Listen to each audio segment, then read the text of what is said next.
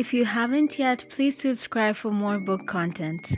Hello, lovelies. Welcome to Read with Crid, where you read with me, Crid.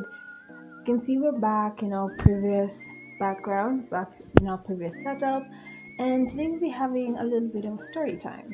I'm all cozied up and ready to read, so make sure you're comfortable. You can pause the video, get comfortable, and then we can continue. We'll be reading How to Hide a Lion from Grandma by Helen Stevens.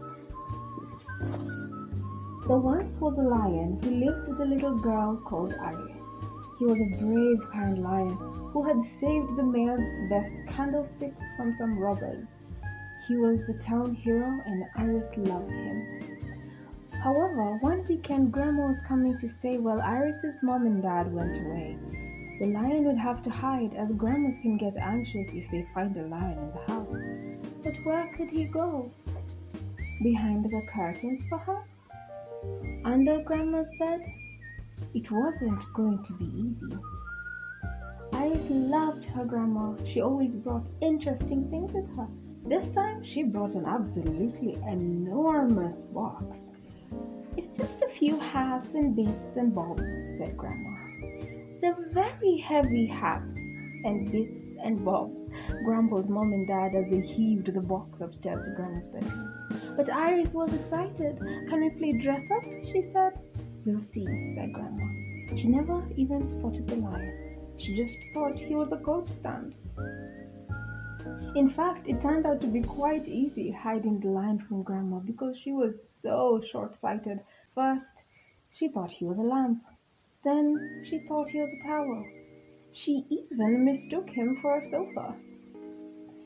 She never even noticed when the lion sneaked behind them all the way to the supermarket.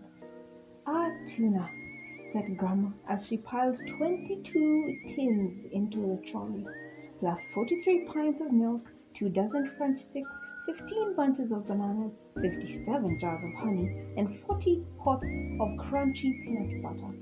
"What a lot of food," said Iris. Grandma explained that she often got peckish in the night. On the bus home, Iris asked if they could play with the great big dress-up box when they got back, but Grandma just said, "We'll see."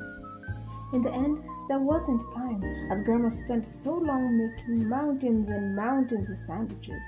"I do like a little snack at bedtime," she said, and took the whole tray up to her bedroom.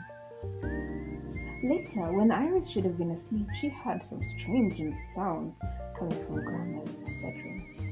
Slurp, gulp, slurp, chomp, gulp, chomp, gulp. The lion tried to pull her away. "It's only Grandma having a snack," said Iris. "But did Grandma normally make those noises?" Iris peered through the keyhole. What was Grandma doing? She wasn't eating the sandwiches at all. She was keeping them into the great big dressing-up box. Iris and the lion didn't know what to make of it, but there was definitely something funny about that box. Iris couldn't ask Grandma now. She was supposed to be fast asleep. "I'll ask her first thing in the morning," she said. Very early the next morning, Iris woke Grandma up. "I have to see inside your dressing-up box," she said. But Grandma said it was too early and went back to sleep. Iris couldn't wait, though. She tiptoed over and listened. She heard snuffling and snoring. Whatever else was inside that box, it just wasn't hats, bits, and bobs. Iris climbed up to take a look. The lion was worried. He gave a little whimper. "Shh," whispered Iris. "You'll wake Grandma." She heaved the huge lid open and peeped in. There was something furry in there. And it growled.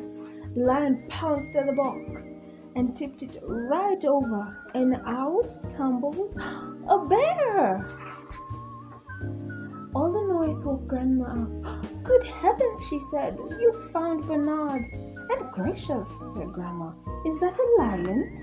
Where on earth has he been hiding?" Bernard was a friendly bear. He gave everyone bear hugs. "I thought you'd be frightened of him," said Grandma.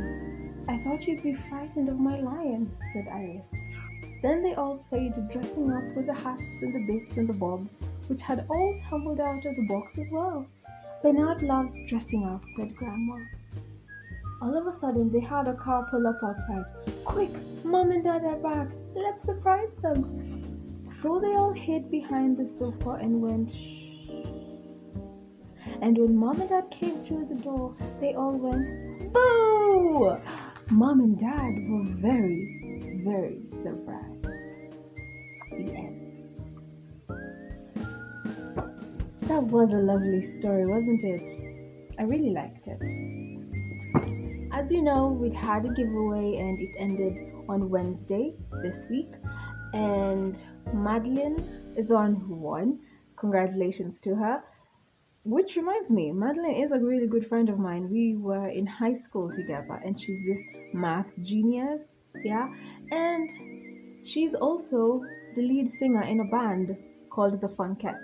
I will put a link to YouTube in the description below so that you can get to listen to their music. It's really good. I enjoy rock music, so they have like a nice rock alternative kind of vibe going, and it's really cool. It's really nice. I think you'd like it. So make sure you give their YouTube a listen. Check out their songs. Let them know what kind of vibe you think they have. You know, talk to them. Let them know that you're listening. This is not sponsored. I just really like their music and I like Madeline too. So that's all for this week's video. Thank you so much for watching.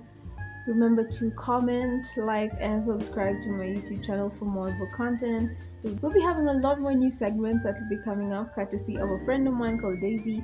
She suggested a certain kind of thing that I'm so excited to get into. And we will see each other then. Until next time, bye!